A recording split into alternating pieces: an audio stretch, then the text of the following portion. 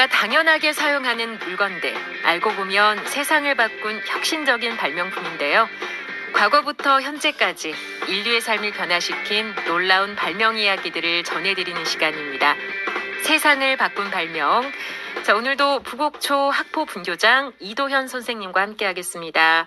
어서 오세요. 네, 안녕하세요. 오늘도 우리의 삶을 더 안전하게 만들어준 놀라운 발명 이야기로 찾아온 발명을 사랑하는 이도현입니다. 네, 반갑습니다. 네.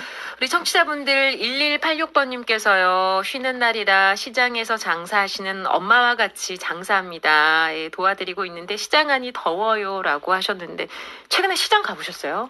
전통시장? 네, 이제 저희 부모님이 진주에 계신데 네. 바로 아파트 앞에 시장이 있어가지고 네, 갈 그러시구나. 때마다 자주 가고 있습니다. 저도 어제 딱 갔었더니 그 왜 하늘에서 이렇게 물 뿌려주는 거 있죠. 네. 쿨링포그.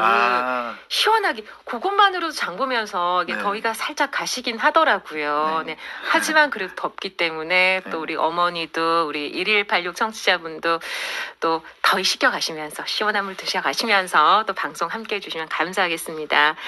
자, 오늘 이도현 선생님과 또 이야기 함께 나눌 텐데 지난 시간에 그 여름밤의 불청객 모기를 쫓아내는 모기 퇴치제 이야기 많은 공감을 얻었었습니다. 자, 이번 주도 여름 특집으로 발명 이야기 준비하셨다고요? 네, 맞습니다. 본격적인 여름을 맞아 준비한 여름 특집 발명 이야기 두 번째 시간인데요. 오늘은 여름철 바닷가 그리고 수영장, 해양사고 뉴스에서 빠지지 않고 등장하는 생명을 지켜주는 물 위의 슈퍼히어로를 준비했습니다. 바로 구명조끼입니다. 구명조끼. 네. 진짜 뭐 배 탈 때나 물놀이 할 때 꼭 필요한, 꼭 착용하는 또 구명조끼인데 이게 단순하게 뭐 물에 뜨게 해주는 장비라고 생각할 수가 있지만 이게 알고 보면 굉장히 정교한 과학과 설계가 숨어 있다고 들었습니다. 네, 맞습니다. 정말 치밀한 발명인데요. 구명조끼는 단순히 뜨게 하는 조끼가 아니라 사람의 무게중심, 체형, 긴급 상황까지 계산한 과학과 구조의 철학의 결정체입니다. 네. 예를 들어서 이제 조끼 안에 발포제는 단순히 가볍기만 한 게 아니라 부력 7.5kg 이상을 확보하도록 국제 기준에 따라 설계가 되어 있고요.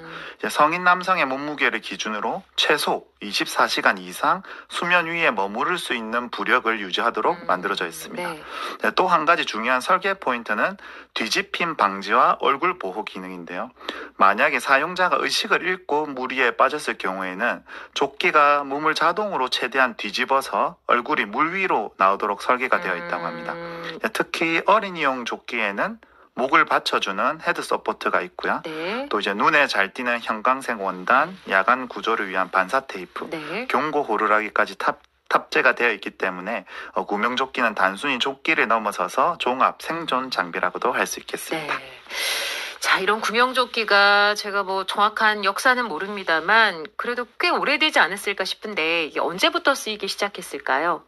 지금 우리가 알고 있는 형태의 구명조끼는 1854년 영국의 수상구조원 존 로스워드가 처음 고안을 했습니다. 당시 그는 이제 구조 활동 중에서 반복되는 익사 사고를 줄이기 위해서 코르크 조각을 천 속에 넣은 조끼를 만들었는데요. 이게 현대 구명조끼의 시작이 된 거죠. 코르크 말씀하시면 그 병의 마개 그거 말씀하시는 네, 거죠? 맞습니다.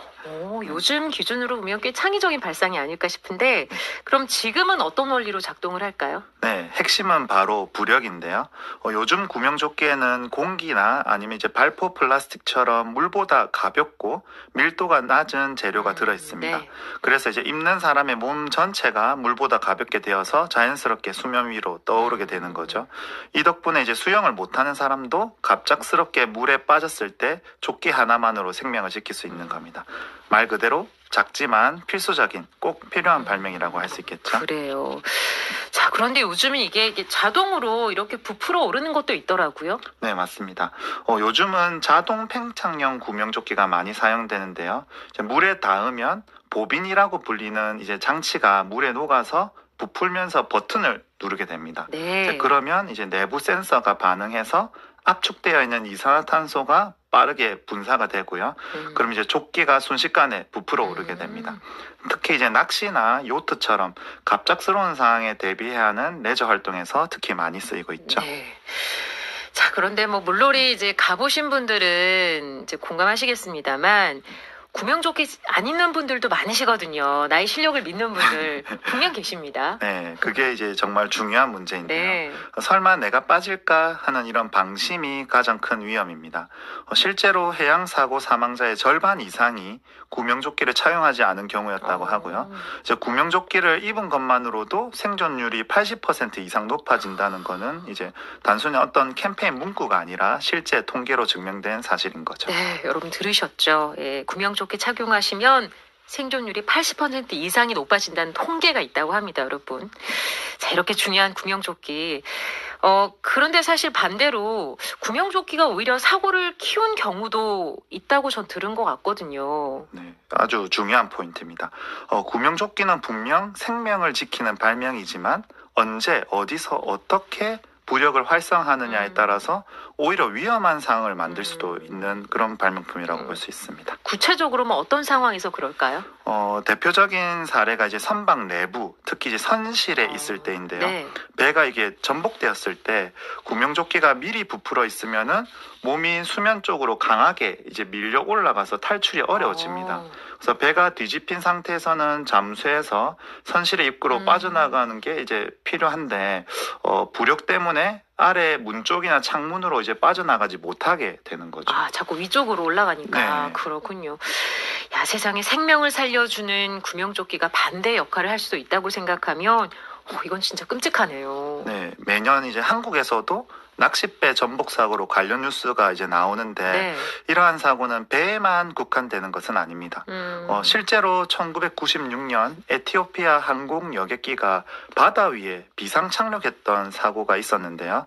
이때 이제 승객들이 당황한 나머지 기내에서 구명조끼를 미리 부풀리게 이렇게 해버렸는데 이제 그 부력 때문에 수면으로 이제 밀려 올라가서 출입구를 이제 빠져나오지 못하게 돼서 네네. 대부분의 승객이 이제 사망을 하게 되었습니다. 그래서 구명조끼를 입는 것도 물론 중요하지만 언제 부풀릴 것인지에 대한 상황 판단이 정말 결정적인 생존 요소가 될 수 있겠습니다. 그러면 이제 말씀하신 걸 들어보면 이제 갑판 위에서는 바로 부풀리고 네. 선실이나 비행기 안에서는 밖으로 나와서 부풀려야 한다는 거죠. 네, 맞습니다. 그러니까 이제 구명조끼는 단순히 입는 걸로 끝나는 게 아니라 상황에 맞는 판단이 꼭 함께 따라야 비로소 생명을 지키는 진짜 발명이 되는 건데요. 네. 그래서 이 부분에 주목해서 저희 그 발명 동아리 도빈치 꿈비소금이라는 그 동아리가 있는데 네. 이유준 학생이 사고자의 상황에 따라 구명조끼의 공기를 능동적으로 조절할 수 있는 스마트 구명조끼를 지금 개발 중입니다.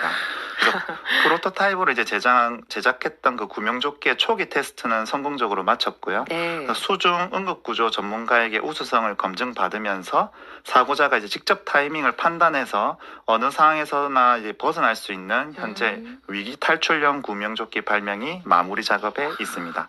그래서 아마 머지않아서 이제 실제 현장에서도 큰 도움이 될 수 있을 거라고 이렇게 기대를 하고 있습니다. 요 도빈치 꿈빛 소금 친구들이 이제 초등학생 친구들인 거죠? 네, 맞습니다. 아우, 진짜 어린 학생들이 이런 진짜 발명을 하고 있다니까 놀랍습니다.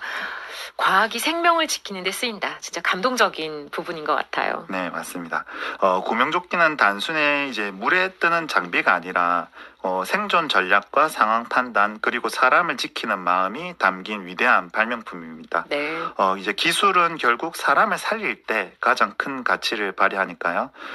그리고 이제 지금 본격적인 여름과 이제 비서가 진행되고 있잖아요. 네. 그래서 바닷가나 계곡, 수영장처럼 물놀이를 즐길 기회가 특히 많아지는데 그럴 때일수록 꼭 기억해 주셔야 합니다. 구명조끼는 선택이 아니라 생명을 지키는 약속이라는 걸요. 그리고 이제 입는 것뿐 아니라 언제 어떻게 부풀릴지도 상황에 맞게 판단하는 지혜도 필요하겠습니다. 네. 자, 오늘도 안정과 감동이 함께한 멋진 이야기 구명조끼에 대해서 알아봤습니다. 이도현 선생님이었습니다. 고맙습니다. 네, 다음 주에도 이제 또 하나의 흥미롭고 놀라운 발명 이야기로 다시 찾아오겠습니다. 네. 아이유의 어프 듣고요. 계속 이어가도록 할게요. I'm such a good suffer.